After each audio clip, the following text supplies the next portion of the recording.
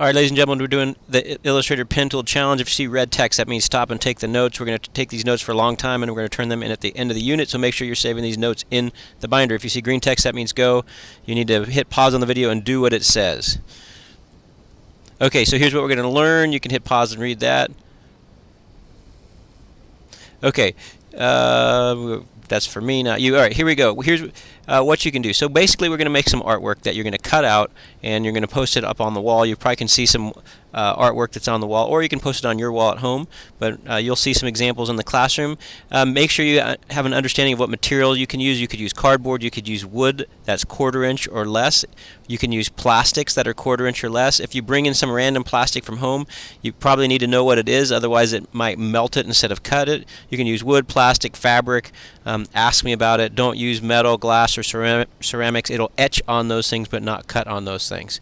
Okay, and it has to be 24 inches wide by 12 inches down, and that's what fits in the laser cutter. So make sure you are getting materials and thinking it through ahead of time what materials you want to use. Okay, so get your material 24 wide by 12, not bigger, it can be smaller. Don't hesitate. So some people would never try to do this project and they'd never finish because they thought, oh, I can't buy material. Well, just go get a cardboard box and cut it up, or borrow material if you have to. So just don't hesitate. So you should have already done a sketch. If you have no idea what I'm talking about the sketch, hit pause, go back and find the sketch and do that first. You're supposed to draw something on paper. Make sure there's a measurement, because you need to know how big are you going to create this document. And it needs to fit where you want it to go. So if you want it to go on the wall or on the desk, it needs to be able to fit on whatever your intended use is. Okay, so the next thing we need to do is find the template online. So what you're going to do is this. So you're going to go to my website. You're going to click on this thing that says click here to access files, and there should be some sort of template here. Please use this template, otherwise it's going to take me a lot longer to do it. It won't work without the template, because you have to have the settings just right. So once you go to the template, you're going to click on that thing and download it. Let's see if it's actually going to go in any reasonable amount of time. There should be a thing that says template, and when you click on it, it's going to look like this, laser cutter template. And so what you're going to do is hit down, even though it doesn't look like a template, it is. You hit download, and it's going to appear down at the bottom of the screen down here. I wonder why it's not there. So you hit download, it's going to appear down here.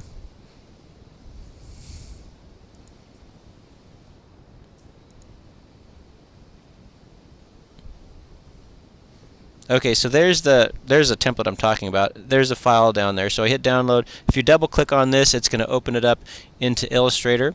Okay, and it's going to look an awful lot like this, if I can get it to work.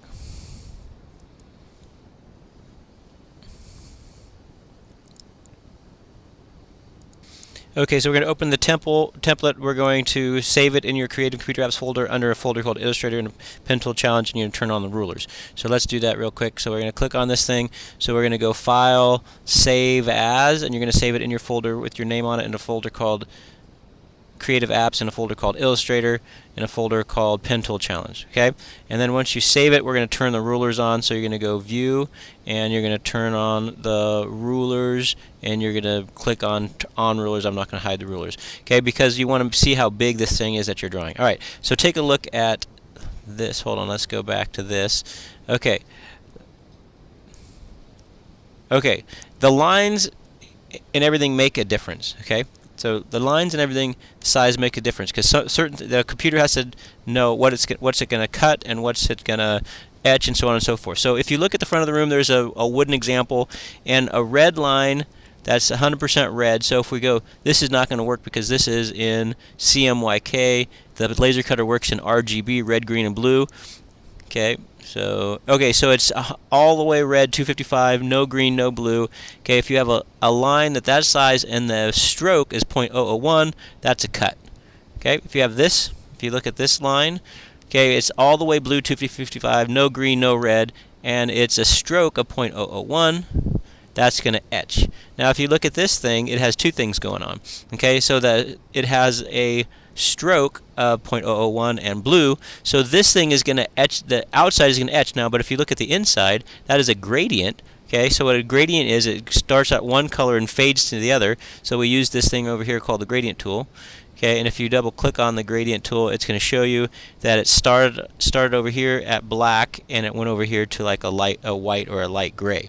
Okay, so this is it's going to burn this deep, and then it's going to burn this shallow. It's going to go deep, shallow. Okay, Okay, so edit, undo. Alright, I'm going to click off. Alright, so now let's look at another layer. I'm going to turn this layer off. I'm going to turn this layer on. Okay, now the same thing. This is going to cut this out. This is an etch. Now this is going to burn it deep, not as deep, not as deep, not as deep, not deep at all. So take a look at the example up on the board, and you can see what I'm talking about. And the way that you adjust that is you can double click on this thing, and right. So here's a deep burn, and then as you go up on the gray scale. Right here, this would be a lighter burn. Okay. All right. So take a look. So now that we've looked at that and learned that, what you're going to do is you're going to create a new layer, and you're going to start tracing on this new layer. Okay. Let's go back to the PowerPoint slideshow. Those. Make sure I didn't miss anything.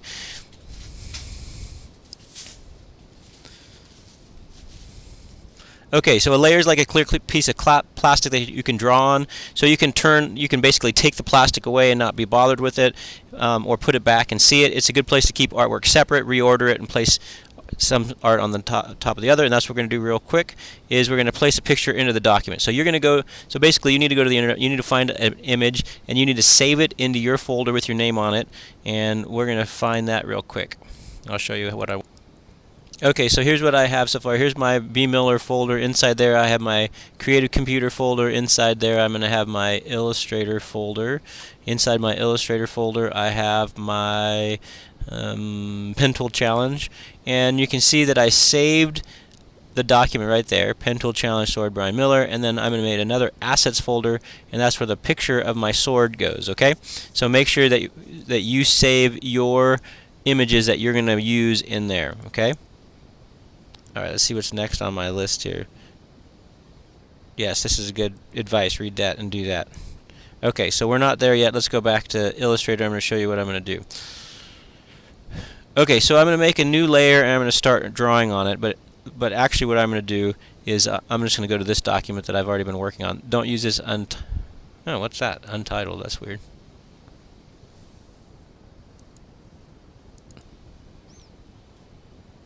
Okay, so what I'm going to do is now that I have saved my image in my folder, I'm going to go File, Place, and it's going to place it in here, and it's going to pop up here, and you can resize it. But anyway, my son wanted me to make him a sword and cut it out on the laser cutter, so I'm going to make him a sword. Alright, so the first thing you're going to do is you're going to create a layer on top of this layer, and you're going to lock this layer. Okay, and then, so because you don't want this sword to get moved around.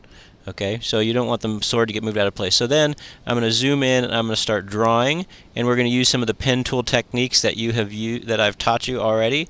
So let me zoom out a little bit. Okay, so here's what we're going to do. We'll start off with this amount. Okay, so we're going to start off with a pen tool, and we'll do something easy. We'll go click, click, click, click, click, and I'm going to put a, not that. I'm going to click, and then I'm going to, alright, so you can see that the fill color is annoying, so I'm going to get rid of fill color, and then I'm going to click and drag this shape here, and, oh, I messed that up. I'd go back and fix that. Alt, and then I'm going to hit Alt, and I'm going to change the direction, click, drag, Alt, drag, release, click and drag. Okay, so you can get the point of how I'm going to go ahead and draw this thing. Okay, so I'm going to hit pause real quick, and I'm going to show you something. Alright, you can see that I've drawn half the sword. Now don't draw the whole sword or whatever you're doing if it's the same on each side. So what I do is I'd click on this and I hit Control C, Control V, make a duplicate of it. I'm going to go Object, Transform, and I'm going to reflect it, and we're going to reflect it horizontal. Click OK. Okay, and then I'm going to put it together perfect. Okay, so I'm going to go to my tool here. Let's highlight that area. We're going to put those two things together. So I'm going to click on this, I'll move it with my arrow keys, get it just right, and then I'm going to connect those two pieces together, and let's see if I can do it. Sometimes this is a pain, but I'll select those areas. I'm going to go Object, Path, and join those two things. Alright, we joined that together. Alright, so that's what it should look like. Something a little like that. Okay, so then what I'm going to do is I'm going to draw in the details. So I'm going to put in the details on separate layers so you can see that I'm doing things on separate layers. Hold on real quick. Okay, so I'm putting on all the different detailed layers. Okay, and so that's the thing. That's what. Okay, this is very important. This is how not to draw with a pen tool. No click, click, click. No filling in with scribble lines, and no paint bucket tool. Whatever you do, do not do any of these things. They will cause huge trouble. Okay, so what I'm telling you is this. Let's make a. I'm going to make an area to do bad stuff. All right, do not go like this. Don't click, click, click. That's going to look ugly. You need to use smooth curves. So don't do that. And don't use separate things either. So don't have like a line here and then later on say, oh, look, I'm going to draw another line right here, because you can't fill these things. You can't, these are separate things, I can't put any color in here, I can't edit those things. So if you're trying to do things like that, don't do that.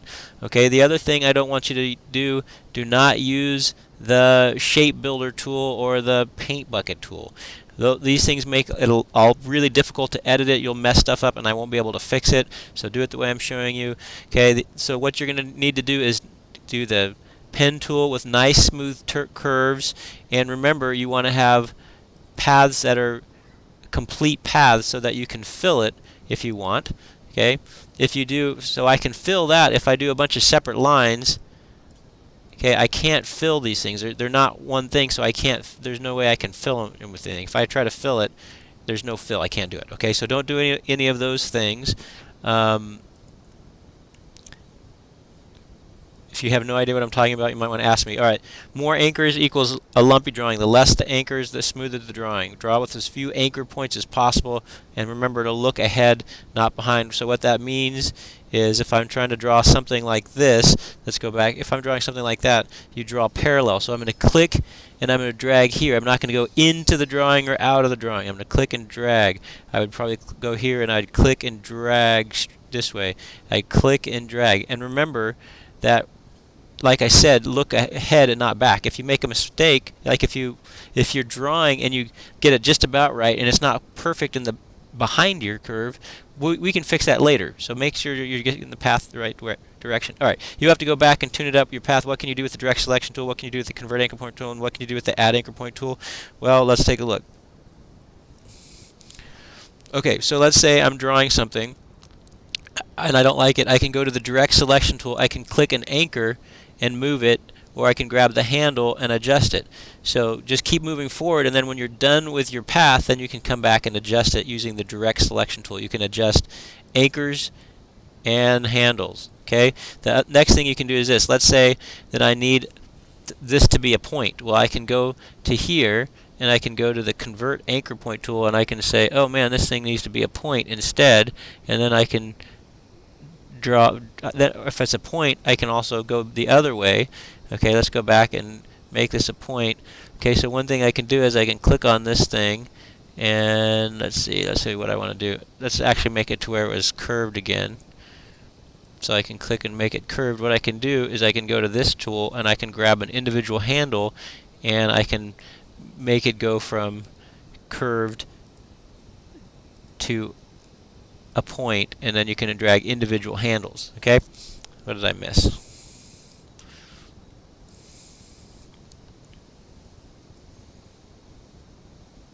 All right, answer these quiz questions, and that is it. That was long.